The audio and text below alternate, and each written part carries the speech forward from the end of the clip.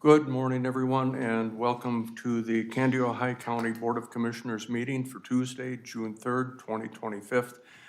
Before we get started with the pledge, I just wanted to say a few words really briefly in remembrance of a great friend of Candido County and Willmar, former Willmar Mayor Les Heike. Served under I served under Les back in the early 2000s.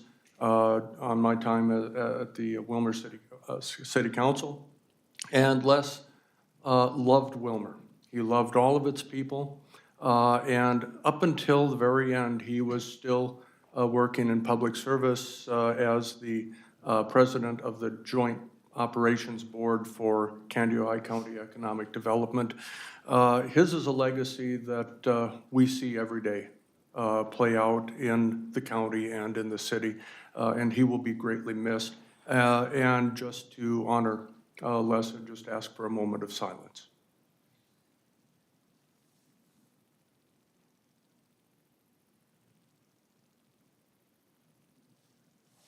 Thank you. Please stand for the pledge.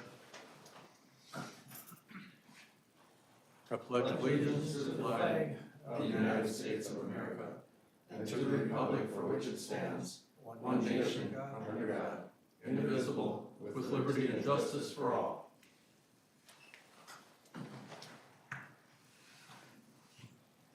At this time, I'd ask for approval of today's agenda. Mr. Chair, I'll make that motion. Commissioner Dwayne I'll Anderson second it. moves, Commissioner Imbeck seconds. Discussion? All in favor, say aye. Aye. All opposed? Motion carries.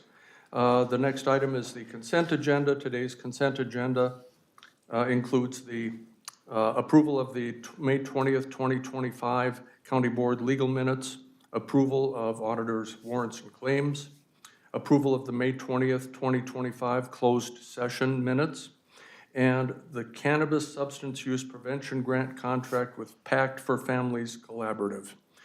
Do any commissioners wish to remove any of these items from the consent agenda? Mr. Chair, I so move. To remove them. Commissioner Berg moves approval of the consent agenda. Is there a second? I'll second it. Commissioner Dale Anderson seconds. Discussion? Hearing none, all in favor say aye. Aye. All opposed? Motion passes. All right. And at this time, we would have Chief Deputy Sheriff Kent Bauman, and I believe we have a special guest in here today. On his way in, so. On their way. All right. All right.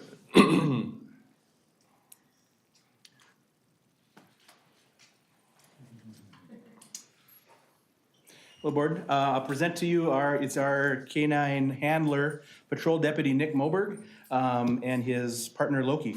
Nick will talk with you about Loki and take questions. Outstanding. Good Nick, morning. good morning. Like Ken said, I'm Nick. I've been with the Sheriff's Office now for 8 years. We just got Loki beginning of March. We just completed on Friday our 12 weeks of basic K-9 class. Loki here. Sit. Yes, good boy. He is trained in drug detection. He's trained in tracking for either missing people or if a suspect were to leave from a house or a vehicle or something like that, as well as suspect apprehension. So bite work, he will, if need be, grab onto somebody and hold onto them for other law enforcement to get up and put somebody in handcuffs or take them into custody. Sit. Sit. He's still pretty young. He's 15 months right now. Oh, okay. So that's aiding in a lot of his distraction right now. Not used to that as much, being so young. He's also trained in evidence search. So if somebody throws something out of a moving vehicle, or if we're on a track for somebody and they try to throw something off into the trees when they're running, he's trained in that as well. And that's the bulk of the training that he has for patrol work, is the apprehension, the detection, and then tracking and evidence. Well, he appears to be a little camera shy, but other than that, Yeah, he's very easily distracted. He is a German Shepherd mixed with a Belgian Malinois. The Belgian Malinois side of him is the easily distracted by shiny objects or fast-moving objects. Yeah, he's very, very inquisitive and very curious and has a touch of ADHD from the Belgian Malinois. Sit. Yes, sit. I like that he hears the command and he looks up at you. Yes, yeah. I can't get my dogs to do that. It takes a lot of time. So for his meals, we work on obedience like this, and I hand feed him the majority of his meal, and that's how he gets all of his training with obedience and his meal at the same time, is working on that. So how does a dog like Loki, you said, right? How does he make the cut, so to speak, to be doing this work? So the company that we purchased Loki through goes over to Slovakia and works with breeders and vendors in Slovakia and all over Europe to find the kind of dogs that they want. The vendors and the breeders test and evaluate the dogs to see if they're gonna make it for just single purpose. Nope, sit. Sit. Single purpose meaning they don't do bite work. So some of the males don't have that level of drive or commitment to not do it. And a lot of the female German Shepherds and Belgian Malinois are perfect for the single purpose or the just drugs tracking evidence. And they will test them. They have their own pool, and then the vendors, the companies will go over there and test for what they are looking for as well. So in early February, the owner of the company went over, tested dogs, and brought over 6, I believe, one of them being Loki. Okay.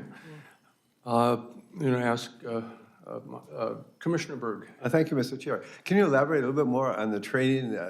How are you involved? And I'm assuming it's ongoing and Yes. and it's quite extensive. And So and when- then also with you, how do we collaborate with other sheriff departments and police departments With using him? Yeah. So the training, when he comes over, because he was a year right before I got him, he has no training in Slovakia of any kind other than to see if he's going to bite and how his bite is.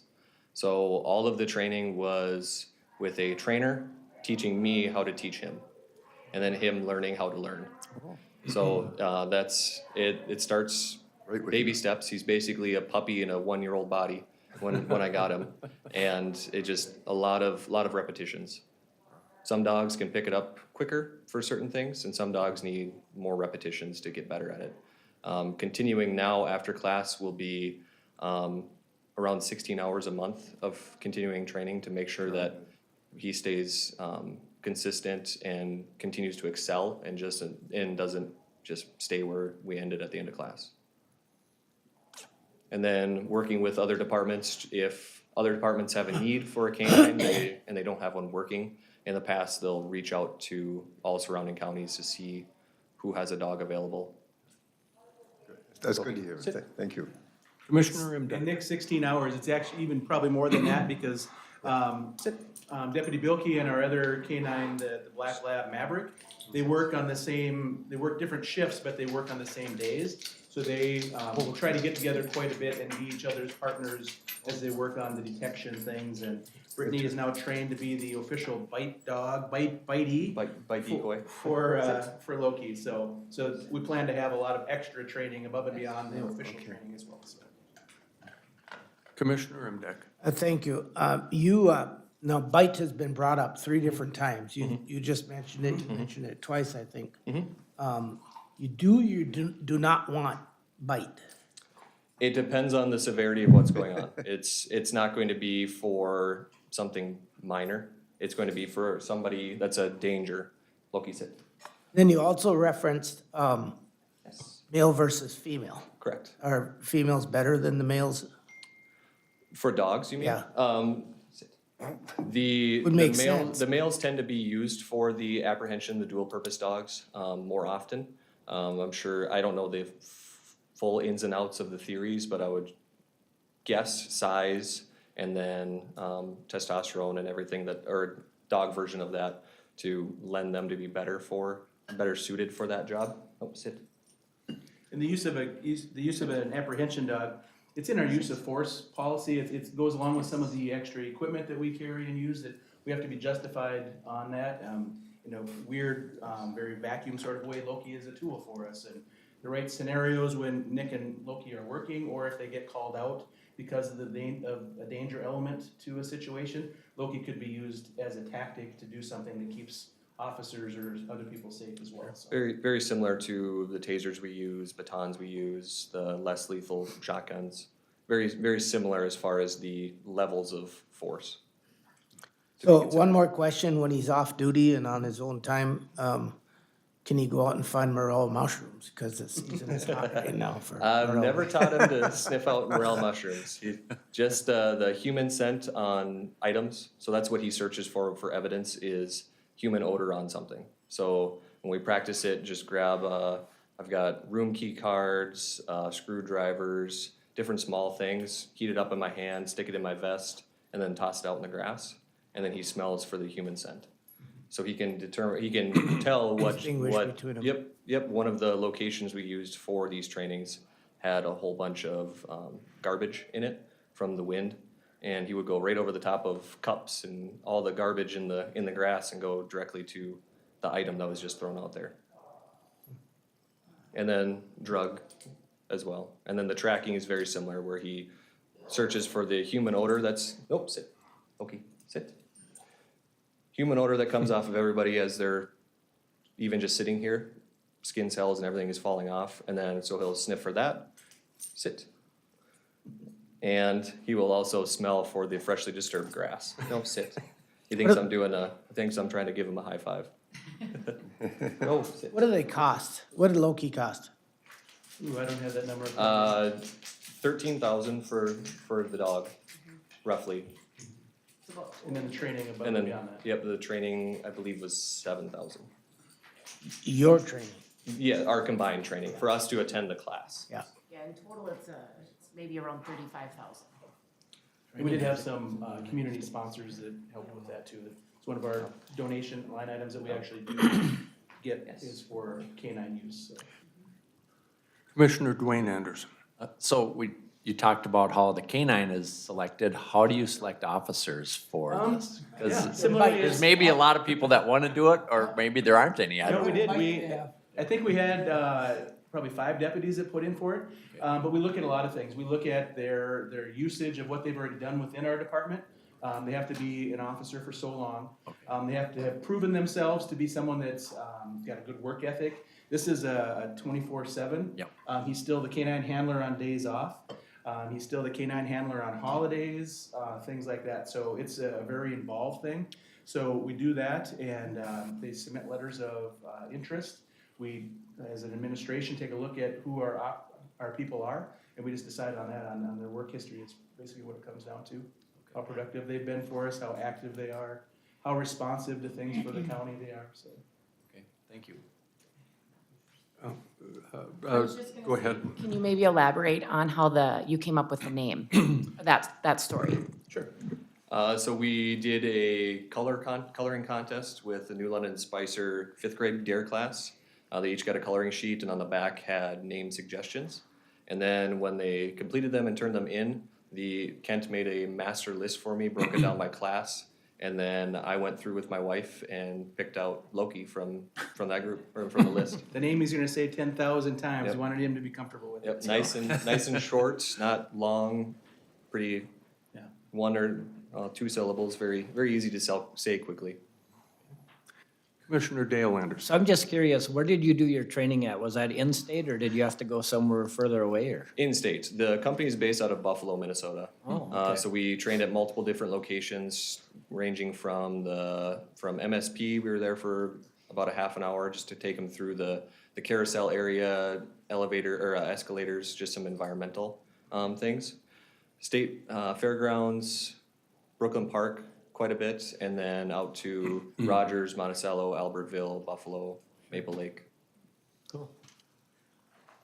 Commissioner Berg. Thank you, Mr. Chair. Approximately what age do they get a chance to retire?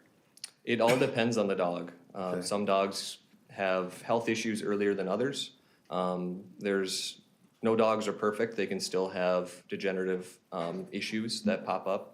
One of the people in my class, his dog had to retire after 3.5, 4 years because of degenerative disease that he developed. So it all depends. The wear and tear, especially with the dual purpose dog, of practicing the apprehension is a lot of extra wear and tear on them, on their body, from their mouth all the way down their spine of doing that. And then in and out of the car a dozen times a day, just a lot of jumping can wear out their hips and their joints. It depends on the dog. Roughly 8 years of service, be a rough, easy guesstimate. One of our current canines with Sergeant Swanson is Cooper. Cooper is another same breed. I think, did he go through with Steve as well? He's gonna be retiring now. Nick and Loki are taking Sean and Cooper's place on our patrol. So within, I think, about the next month, we have to finalize some things, then Cooper will go into retirement. Cooper's still very healthy, just getting up in years. I think if I did the math right, Cooper had 10 years of service with us at the sheriff's office. So, yeah, so just kind of that next phase, so. Well, they should, if I may, earn their retirement. Yeah, They do. And what an asset they have. It saves lives in this. Yes, very much so. So there's protective gear that our human officers wear. Is there protective gear for a canine officer as well? Yeah, so I'll use Cooper as the example. Cooper, after a certain amount of time on the department and comfortability with us, did some additional tactics with our tactical team, SWAT team. So we actually had a ballistic vest, kind of a stab vest, ballistic vest that Cooper wore. We foresee the same thing with Loki. I believe Maverick has already been fitted for one. Part of it is Loki, you can tell, is just needs to fill out a little bit more, still kind of that puppy body. But once it gets to full size, then there'll be some protective, like a vest that on certain, not every day like Nick and I are wearing today, but on certain calls that Nick could add that to Loki, so. Sure.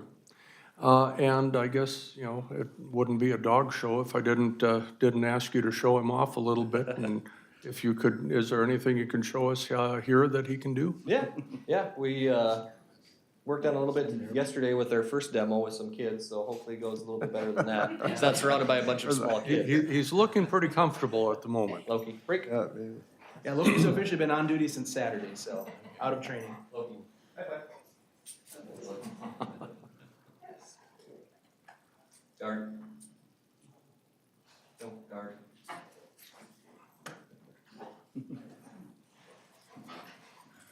Yes, good boy.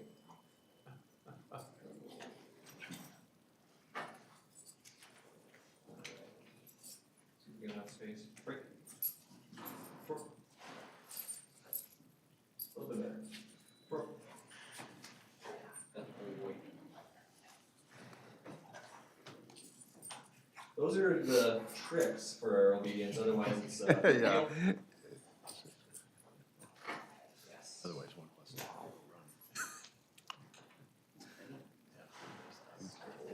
And then just the basic sit. We got hand signal as well.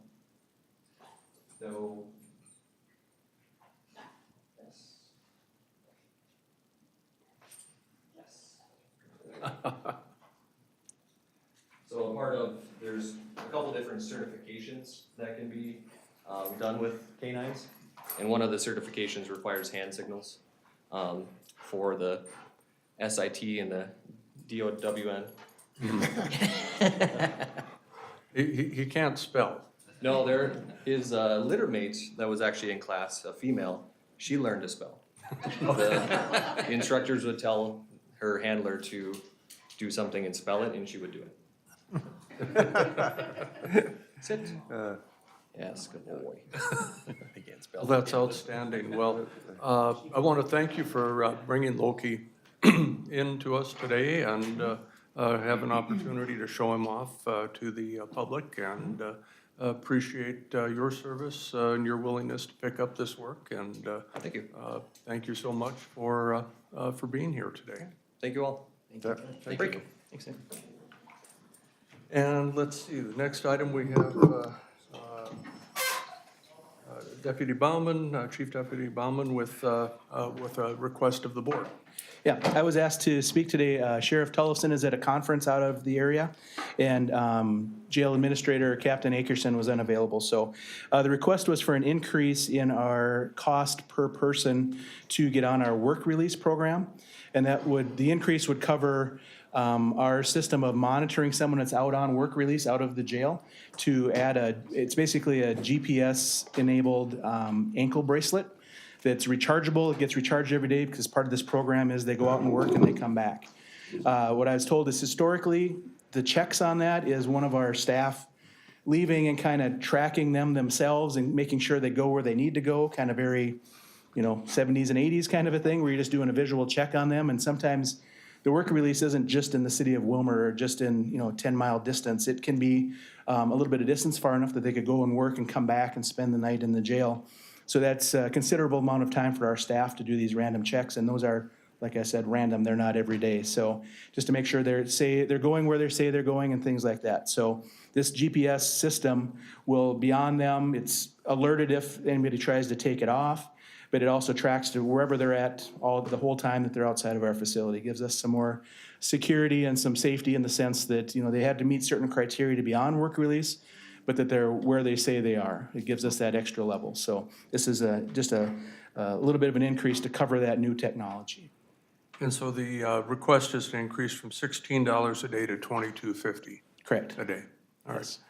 All right, are there any questions for Chief Deputy Baumann? one. Commissioner Dwayne Anderson. So is that ankle bracelet, what they call, what we, Yeah, there's a version of an ankle bracelet that's pre-existed. I think I looked at it on the, there's various things through the jail. There's house arrest, you hear the traditional house arrest, things like that. I can't speak intelligently on if it's a different system. This is a new, I think part of this is new because it's the GPS enabled for movement and things.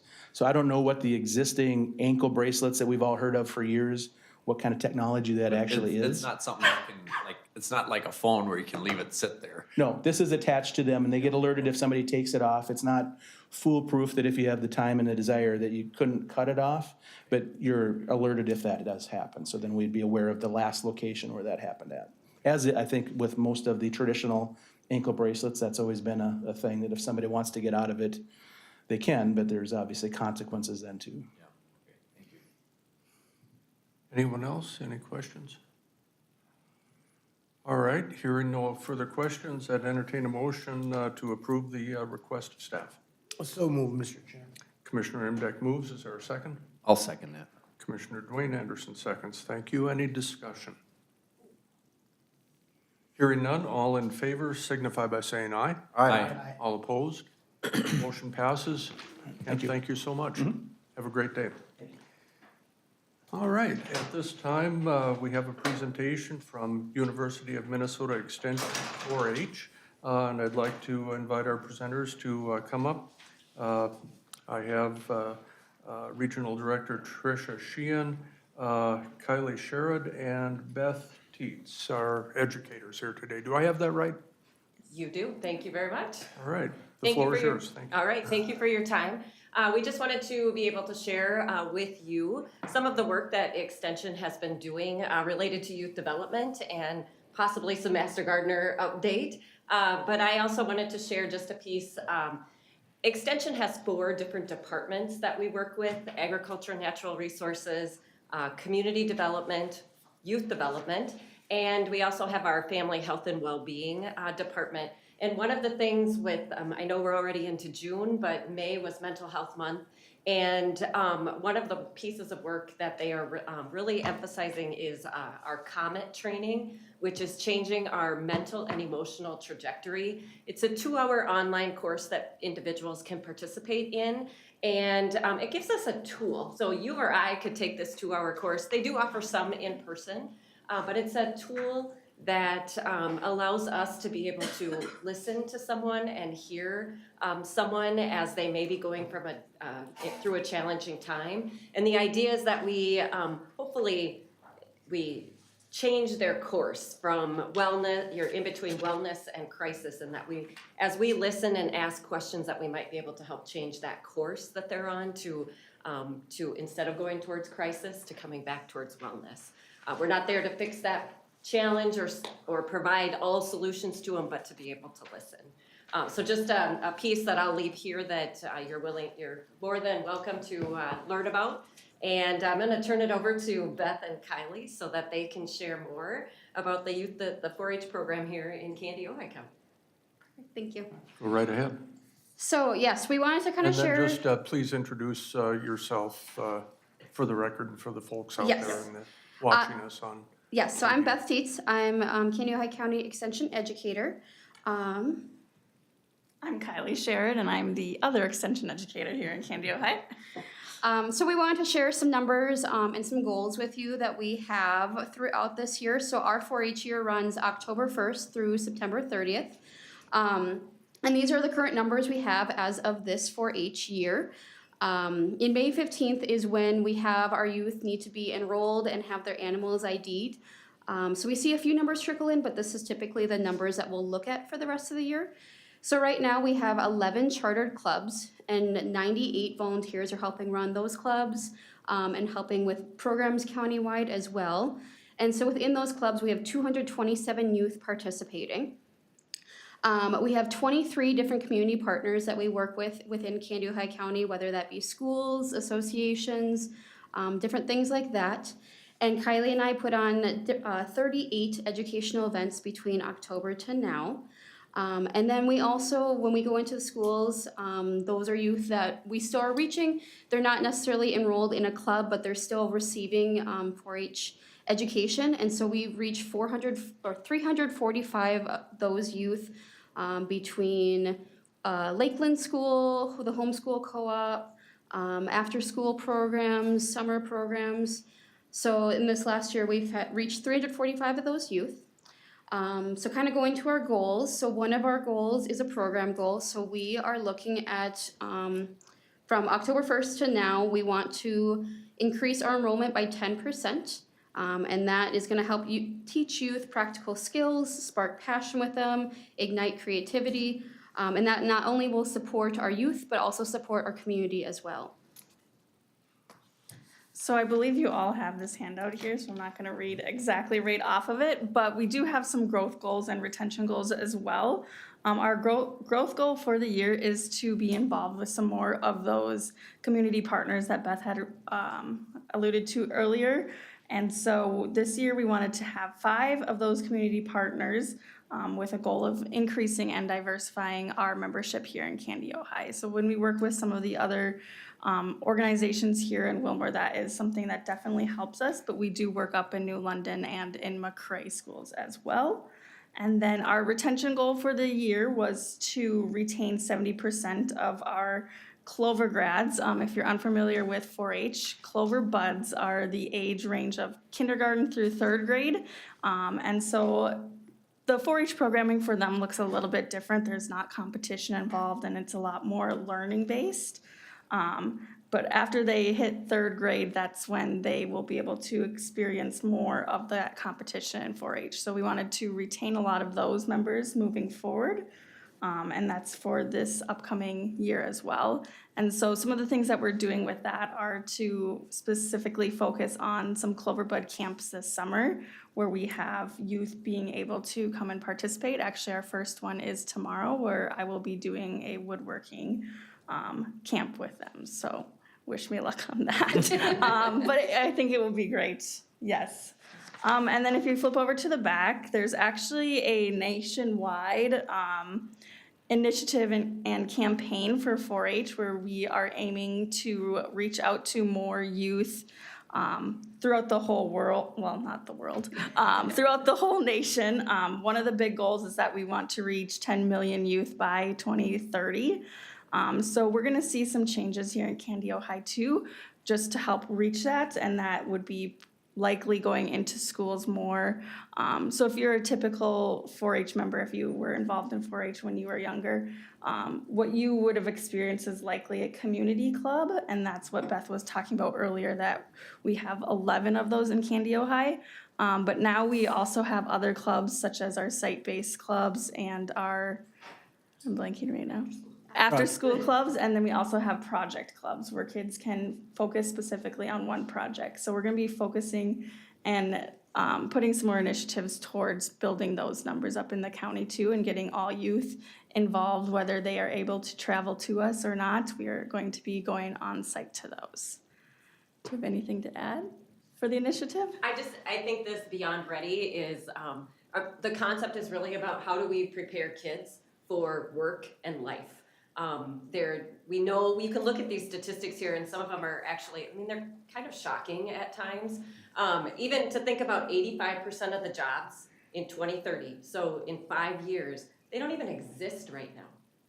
And so how do we prepare young people to learn how to communicate, to be able to be flexible, and to create that spark to want to learn and want to develop their skills? That's what these guys are gonna do. And we hope that we have volunteers and other community members who wanna come along with us and really help prepare our young people. We wanna prepare them too to come back and live here with us and contribute to our communities as volunteers, as employees, and help to build that tax base as well. So it's an amazing, I think, campaign that they're looking at across the United States. But our state director here in Minnesota was pretty crucial in developing this as well. So she has some real stake in making sure that this is effective and really works here in Minnesota. So. Before I go to Commissioner Imdek, quick question here. Under growth, you're talking about diversifying enrolled membership. Does that mean potential outreach into underserved communities within our county? And what does that look like? Yes, absolutely. So one of the ways that we are kind of starting that off right now is working in the Willmar Public Schools. And so that helps us both with the underserved community and different races and religions in Candy, Ojai as well. So that is one of our steps that we're taking so far. We've also been working with the Kids Connection program in the mall, and that has been able to reach a large population of those underserved communities as well. All right. Thank you so much, Commissioner Imdek. Thank you, Mr. Chair. So some of this is fresh on my mind because we just had extension meeting yesterday. And I think back to a lot of years ago, 60 at least, when I first got started with 4-H, it was sort of traditional gender roles. The guys maybe were more involved with livestock and the gals more with what we used to call in those days home ec kind of stuff, you know. And then there might have been some crossover, but fairly little. I was intrigued with you had 3 different types of clubs. You got project clubs, you mentioned them earlier, but would you elaborate a little bit about the different kinds of clubs? Because there are some people, quite frankly, aren't interested in livestock, but they might be interested in archery, or they might be interested in, I think yesterday you used the example of firearms. So can you talk about that little, the differences between the different types of clubs? Yeah, so we have our community clubs, so that's what people typically think of. They're the clubs that meet a minimum of 6 times a year. They can gladly meet more than that if they want. But these are the clubs that typically are meeting, holding the official business meetings, doing community service projects, doing fundraisers, stuff like that. So that's what people typically think of when they think of a 4-H club. But outside of that, we have our project clubs. So currently we have one project club, and that's the shooting sports club. So youth are learning to shoot archery, BB, air, and then they're also learning wildlife as well. So they're learning about anything, animal tracks, scat, identification, life cycles, stuff like that. So that's what that club focuses on. They have their typical meetings still, but it's built into practices. And so it's structured all around the shooting sports project specifically. And then we have after-school clubs. Yes, I'm blanking. So these are the clubs where Kylie and I are going in and we're doing education within the schools. And so, yes, after school. So we're doing them like within community education. Like I went in and did a robotics after-school lesson. And so these are when we are going to the youth. They stay after school. They don't have to have transportation or anything. And so it's very good for them to, then they don't have to travel or anything. And blanking on the last one. Site-based, yes. And so those are where Kylie and I go in and we do in-school education. So that's when we're going in to Lakeland Elementary, when we're going into the homeschool co-op, and we're teaching a series. So Kylie went in and taught how to grow a pizza for 4 weeks. And do you want to elaborate more on that? Yeah, so Grow Pizza was actually a 6-week program where I went into Lakeland Elementary. I have a big background in agriculture, so I like to teach that to our youth. So at Lakeland Elementary, we started from the bottom of the pizza, so we did a lesson on wheat, and I actually had a group of our older ag ambassadors. They were actually called our Ag Ed leaders, and that is programmed throughout Minnesota State that I have 6 kids in the county involved in, so they came in and taught that lesson with me. Then I also did a dairy lesson for our cheese, a vegetable lesson for our sauce, and then we did, blanking too. We did a meat lesson. So that one was very interesting, specifically going into the Wilmer schools because they don't have that background in agriculture. And then the capstone of the project was to have a pizza party too. So that one was a very interactive and fun lesson for those youth through April and May is when I had done that one. And so all these kids are like, will you come to 3rd grade? So that's something we'll be looking for next year maybe, is seeing how else we can expand in the schools as well. So kind of circling back to, so these goals on the front page here, these were something that we had made prior to this Beyond Ready initiative coming out. So looking into our next year, we're probably going to be changing them a little bit to better reflect the campaign and what we look forward to throughout the nation. Any other questions for our presenters today? I'm struck by one of the things, Director Sheehan, that you mentioned almost right away, is that this isn't just about kids getting together and doing stuff, and then you send them on your way. You're talking about equipping them with life skills, knowledge-based things, of course, but also the ability to be self-aware, help them along what is an even more difficult journey than it was for me some 4 years ago. Because let's face it, you're getting kids at some really tough ages. Right. And if they stay with the program, there's a lot for them there. Can you elaborate on that a little bit? I think, well, there are so many opportunities, not only in the 4-H Youth Development Program, but in other programs that we do offer. And we're really trying to teach young people, help them develop those leadership skills, to develop those personal skills so that they can be contributing citizens. Those are the individuals we want in our community, and we want more of them. So Extension's really about equipping young people, equipping volunteers and adults with those skills as well. Because we all know too that not all of us grow up with those things, and we have to learn those pieces later in life as well. And so we do that through different programs. Maybe it's through some of the SNAP Ed programs that we do. We have community leadership programs. Some of you may know Toby Spanier, and he's done a tremendous amount of work in this county as well, developing leaders in our community. Sometimes people that didn't really think they had that in them, but helping them to build those skills as well. So it's young people, and we want to retain them and keep them, and hopefully they see that they can contribute it to our programs later too, whether as volunteers or leading programs with us. Well, you gave me an opening to give a shout out to my friend Toby, who helped us create, coming out of the Vision 2040 process, create literally a world-class leadership training that is still running today, a part of the LEAD program. And it's right here in West Central Minnesota. And I don't know what the number is of the folks who have gone through that program by now, but it's got to be 250 people that have gone through that program from all aspects of our community. And it's just, I think we're going to see the rewards of that now and in the future. And to equip these young people that you have as your charges with some of those leadership skills as well.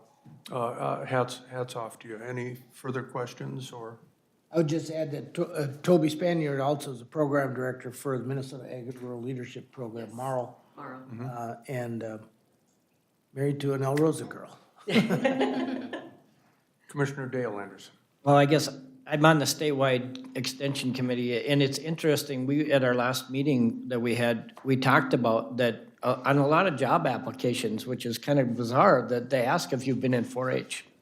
Because of the fact that you're, learning about speaking and learning about being active and taking part in that kind of stuff. So it was kind of interesting to hear that. But I just want to thank you guys very much for all the work you've done to step out of the box and making these kids see that there's more to life than just school and things like that. So I want to thank you guys very much for what you've done in our county to make it more available for everybody. And I think that's the biggest thing, because like Roger said, it's not all about agriculture. It's about being involved in learning the different skills that are going to be important throughout everybody's life. So, thank you. Any last questions? All right, well, thank you again so much for presenting to us here again today, and good luck with the program, and look forward to seeing you again next year. All right, thank you. Thank you. Thank you. Thank you. I'm gonna switch the two of you here because I know Corey may have some documents that he wants signed, so I'm gonna switch you and have Corey come up at this time. Corey Smith, and this is in regards to the Nest Sewer and Water Improvement Agreement. Corey? Good morning, Mr. Chair, members of the board. My name is Corey Smith. I'm the director out at Glacial Lake Sanitary Sewer and Water District. I'm here before you today to present a developer's agreement for sewer and water services for a development known as The Nest. This development is located on the far southeast side of Nest Lake, just west of the Old Mill Spillway, which is between Nest Lake and Green Lake. To support the 17 residential units and a clubhouse within the Nest, the following infrastructure will be required. They will need to construct 6 manholes, 578 feet of 8-inch sanitary sewer main, 592 feet of 6-inch water main, and install 2 new hydrants, fire hydrants. The sanitary sewer from this development will flow by gravity to an existing lift station that is located between unit 5 and 6. It is standard practice at Glacial Lakes that developers pay or bear 100% of the costs associated with the new development or the new infrastructure. These expectations are formalized through a written agreement, which you have in front of you today. This ensures clarity and transparency for all parties. Once the infrastructure is completed and meets our standards, ownership will be transferred to Glacial Lakes or to the county. Additionally, the county, we do have 2 easements in place. That was also within your packet. One is for the operation and maintenance of the sewer and water lines that they will be installing, and the other one is for a storm sewer that already is existing. To reach this point, the district's engineer and the district staff went through all the plans and specifications to ensure that it is up to our standards. We also secured and are working on getting the approval needed from the Minnesota Pollution Control Agency. We did get approval for them, and right now the Minnesota Department of Health are in a plan review stage and should be finishing that up shortly. On April 28th, 2025, the Glacial Lakes Commission recommended that this agreement be forwarded to the county board for consideration. And then with that, it is the district's recommendation that the county board authorize the county administrator and the board chair to sign the agreement on behalf of the county. All right, you've heard the recommendation of Mr. Smith. Are there any questions? I would move on the recommendation of staff for the plat. For the agreement? Yep. Thank you. Commissioner Imdeck moves. Is there a second? I'll second that. Commissioner Dwayne Anderson seconds. Any discussion? So this is simply the sewer and water. Anything else that was related to surface runoff, things like that, were already addressed at the planning commission stage. Correct, yep. All right. Any questions for Corey? Commissioner Berg? Oh, thank you, Mr. Chair. I just have a question about the fire hydrants. Yep. Can you elaborate a little bit about the process for that and the decision where they're placed and so forth, and who's all Yeah, involved? Are the fire departments, fire marshals involved, and? I do have a map, if you can pull it up on there, you can kind of see The old fireman wants to know. Yep. If you can do it on the overhead, I got it. I can do that. Oh, okay. Oh. I got a layout of what the sewer and water will look like. I don't need the details, but just the process more so, but fine, go ahead. Yeah, I don't want to so- micromanage this, so. I don't know if you can see that or not. We're getting there.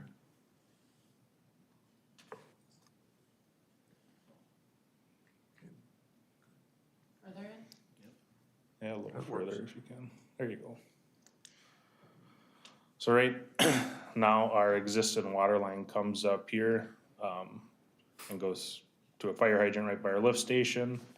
And basically, that's what they call a dead end. So we have a fire hydrant at the end of every dead end so that we can periodically go out there, turn over the water, make sure that we get clear and fresh water. So once that fire hydrant's removed, they're gonna have a T in there and put a fire hydrant at the end of each line. So now there'll be 2 dead ends that we can maintenance and keep the water turned over and fresh. All right. Any other questions? All right, we have a motion and a second to approve the request of staff for the Nest Sewer and Water Improvement Agreement and authorize the administrator and the chair to sign the agreement on behalf of the county. All those in favor of the motion, say aye. Aye. All opposed? Motion passes. Thank you. We'll take just a couple of minutes and get you your signatures. I could do it at the intermission too after Mel if you want. That's Okay. fine too. That's fine. I was just trying to get you on your way. All right, thank you for that. And Mel Odens with a resolution 2025-17, right-of-way vacation. Mr. Chair, members of the board, Mel Odens, county engineer. I've got with you there's 2 applications to vacate a portion of our right-of-way on County Road 95, which would be on the easterly side of Green Lake. About 25 years ago now, some of this road was realigned. Took out a lot of the horizontal curves, and what it did is it left areas that we no longer use. When we installed the sewer and water around Green Lake, we put that all within a 35-foot or 70-foot corridor around the lake, 35 on each side of the road. And so from that 35-foot line out, we don't really use for any reason. And based on applications, we allow that right-of-way to be vacated. That's a little bit the backstory of why there's right-of-way out there. So we have 2 applications. We did previously, about a year ago, maybe a year and a half ago, vacated a portion on what would be in this packet, Lot B. And now there's Lot A and C and D. So those 2 applications. So it's kind of a routine thing, but it's our recommendation to pass Resolution 2025-17, which would vacate portions of our old County Road 95 in the vicinity on the east side of Green Lake. Thank you. You've heard the recommendation of staff. Are there any questions? Mr. Chair, I'd move on resolution 2025-17. Commissioner Emdek moves the resolution. Is there a second? I'll second it. Commissioner Dale Anderson seconds. Discussion. Again, pretty straightforward thing and clean up more than anything else. Yep. All right. Any questions? All right, hearing none, all in favor of resolution signify by saying aye. Aye. All opposed? Motion passes. All right, at this time, we will take a, oh, no, we're not recessing just yet, are we? No, there's a request to move the administrative updates, appointments, and so forth up. We've got a couple of items. Administrator Baker. The two items are items that we have discussed prior, to move the regular board meeting for the June 17th, instead of at 9 a.m., move it to 4 p.m. We've done this in the past. It seems to work best because then you're not coming back for another meeting. If that is something that you're okay with, then we will notify the media and post that for, if you want any discussion, if you're okay with moving the 9 a.m. to 4 p.m. Mr. Chair, Commissioner Imdak. and just as a reminder, that'll be our Board of Adjustment. Board of Adjustment. Equalization. Equalization, yeah. Meeting following the regular board meeting. Correct, at 6 p.m. Yep, it has to start at 6 p.m. So we would start our regular board meeting at 6 and then the Board of Equalization, oh, I'm sorry, 4 p.m., sorry. And then Board of Equalization at 6 p.m. Are there any questions or concerns with the request? I'll make the motion to have the meeting at 4 p.m. on June 17th. Mr. Chair, I'll second that. Commissioner Dwayne Anderson moves, Commissioner Berg seconds. Discussion? All in favor, say aye. Aye. All opposed, motion passes, and then the July 15th meeting needs to be moved as well. Correct, we have two commissioners attending the NACO conference, and instead of having the meeting on Tuesday, July 15th, I would propose Thursday, July 17th at 9 a.m. We did that last year, we moved it to Thursday, and so it seemed to work well, and so that's what I would propose again. All right, any questions or concerns with the request? Mr. Chair, do we need a motion on that? Yes.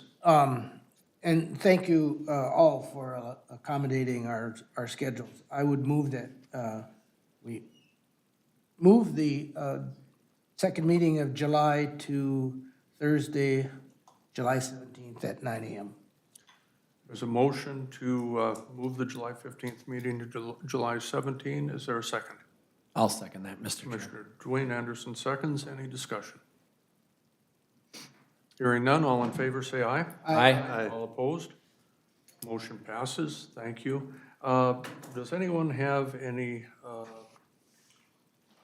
are there any other administrative updates that you have for us, Kelsey? I would. We had a building committee meeting yesterday, and the building committee met with the Wold representatives. We reviewed options, had a lengthy discussion. I felt that it was a very well-rounded discussion as well. And so we would propose a work session following that committee meeting with the board, possibly in July. And so I'm waiting to get some dates from Wold to see what will work for them. But if in the meantime, between now and then, if you could send me some dates, or Melissa or I, some dates that work for you, some dates and times, and then we will work on getting that scheduled at the next, the June 17th meeting. So just a heads up on that. The budget has been sent out to department heads, so they're reviewing that and putting numbers, and so those numbers will start kind of funneling in between now and the 18th. 19th, and then I will review that and then do a first run of the budget. We'll provide more of a report in July, and then we'll have our budget work session, that first meeting in August. So in the meantime, if you do have any questions, or in the meantime as well for myself, if there is something that comes up that's major, I will update the board and bring that up. June 11th is Mental Health Night at the Stingers game. And so if you have time, our public health and some staff, human services are putting an evening on. The Stingers are marketing the event. They have a lot of cool items. So if you have, if you want any more information on that, just reach out to Caroline Kahn and she can provide that too. But I think that'll be a fun night. The Stingers, like I said, is doing a lot of the promotion. And so if you could help represent Candioi County, that would be great. I'm going a little ahead. Also, June 21st, our rescue squad is doing a car show again. And so I just wanted to get that out there. We'll be doing some media push. It's after Wilmer Fest. And it will be just a good fundraiser, kind of showcase of what our rescue squad does. Just a reminder, June 18th, we're having our employee picnic at the Public Works Building. And then our Commissioner Gardner and Commissioner Imdyke have been involved very high level-y, but just discussion level is we did an RFP process for insurance brokers, so we're kind of going through that interviewing stage. We'll be completing interviews and we'll be providing a recommendation hopefully in July or August to the board. And then just a heads up for our June 17th meeting, we'll have two policies that the policy committee met and reviewed and discussed. An acceptable use policy, which is in regards to technology, and then the employee handbooks had some just minor updates. So those two policies will be on the next agenda, so if you have any questions, just let me know. Are there any questions for the administrator? Commissioner Imbeck? Well, actually, for all of us, June 11th is District 6 meeting, right? It's in the evening, yes. But June 11th is the District 6 meeting. Thank you. And then also regarding the work session, is that going to be following a board meeting, or it can't really because we have so few options? I wonder if it wouldn't be easier to have a doodle poll for options again to try to find a date. 'Cause otherwise, you have to, Melissa will have to sort through all these dates that we send in. We'll So, figure that out. yeah. They work pretty good. All right. Any other questions for Administrator Baker? All right, very good. Does anyone have any updates that they wish to bring forward at this time? There are no appointments on the agenda, I see. Any committee reports?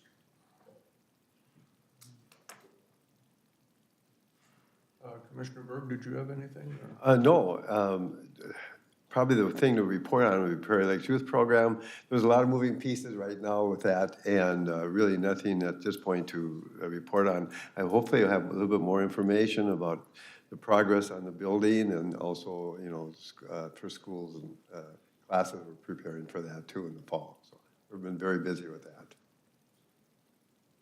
The only meeting I had was CPT yesterday. We had a demonstration of the new tax form they've been working on for a long time. They actually used our county as the example because we've probably used more modules than anybody does. And I suggested to Administrator Baker this morning that might be a good presentation for us to see how that whole system works. I guess I wasn't aware we could pay our taxes online. And Stevens County does almost all online payment of taxes. So I think there's some opportunities there. You know, our friends down at the city of Wilmer are taking some pretty good steps to bring a lot of different items online, forms, fillable forms, that type of thing, my understanding. Making it much easier for the public to access or look up, and they're making some great strides in that, and it would be, I think it would be a good direction for Candy High County to begin to look at as well. I know that there are any number of different vendors out there that provide various services, and there's a lot of options out there, and I hope that's something that we can work forward to having an even more user-friendly website and more open access for our constituents in county matters. Commissioner Dwayne Anderson, did you have anything? Well, is this the time we're doing committee, our report outs? Okay. All right, yeah, so I had, since our last meeting, I had 4 committee meetings. C6 Drug Task Force, UCAP, the AIS Task Force, and then Vision 2040. They're all pretty much routine. I just want to say that, you know, it is summer and there's a lot of activities going on in our county. I don't even know all of them, but I mean, there's just a lot of stuff going on. Rockin' Robbins is going to be starting up. I don't know when that starts exactly. It's in July, but that's coming up. So there's a lot of events, so just be prepared to go to them, and don't ever say that you're bored, because there's a lot of stuff going on in our county. So, Well, Yeah, Rib Fest is going on this Saturday in that's right. Glenwood. And Wilmer Pride is this weekend as well, and Fins Up for the concert series out at Robbins Island. I think there's a Jimmy Buffett tribute band that's going to be out there this year. So Commissioner Anderson, do you have anything? Well, I had, went to the Soil and Water Conservation meeting after our last meeting. A lot of stuff moving and shaking there. I think they still have a few trees left. If anybody wants some, they're trying to sell off the last few that they had left. And then yesterday, I had a tourism meeting I stopped in shortly at, because I had CC County Commission Extension meeting right afterwards. But the interesting thing on the tourism side is that for every dollar that's spent in our county, 40 cents of that is coming from out of the county. And for every dollar that's spent on groceries, 30 cents of that is coming from out of the county. So, I mean, it's kind of almost shocking how much stuff is coming from out of the county, from tourism and from just people from outside the county coming into our area to do business. So I found that kind of interesting. But there's a lot of stuff, like Dwayne said, moving and shaking in the county right now. And there is on their calendar for the tourism, there is on their website, they have a calendar of all the events. So you can go on there and look at all the stuff that's going on. And our campgrounds in Sibley are all up and going. So take advantage of those facilities that we have for making it a fun summer. Thank you very much. And I just wanted to pose a question to the board. I just want to make sure that there's interest in doing a booth out at the fair again this year. Any concerns with that? Then I'll go ahead and make the arrangements on that. What are the dates of the fair this year? What's that? What are the dates of the fair this year? I am going to The 6th through the, ask Commissioner Anderson. You would know. 6th through the 9th. Who would know? Thank you for bailing me out on that. So I'll go ahead and make the arrangements for that. Anything else before we take a recess? And we'll take a 10-minute recess.